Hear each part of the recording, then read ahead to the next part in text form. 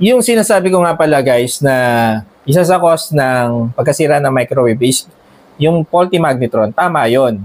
Pero hindi lang yun yung nagiging cause. So hindi ibig sabihin ayaw uminit na microwave nyo is magnetron kagad siya. So marami pang kailangan i-check sa loob niyan. Meron pwede nating i-check yung fuse, yung capacitor, yung diode, yung kanyang panel board, and yung transformer pwede rin, no?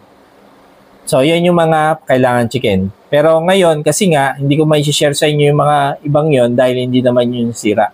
So, yung magnetron lang yung nagiging problema ko ngayon.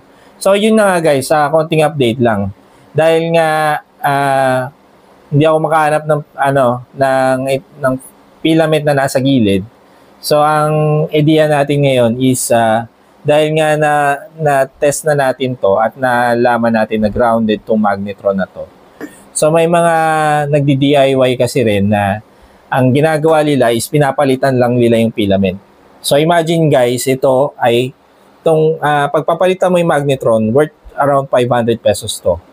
Pero kung halimbawa may solusyon naman na pwede mong palitan lang yung filament niya guys is worth somewhere 50 pesos lang siya. So malaki yung matitipid mo kung halimbawa sinuwerte ka na yung filament lang yung papalitan mo.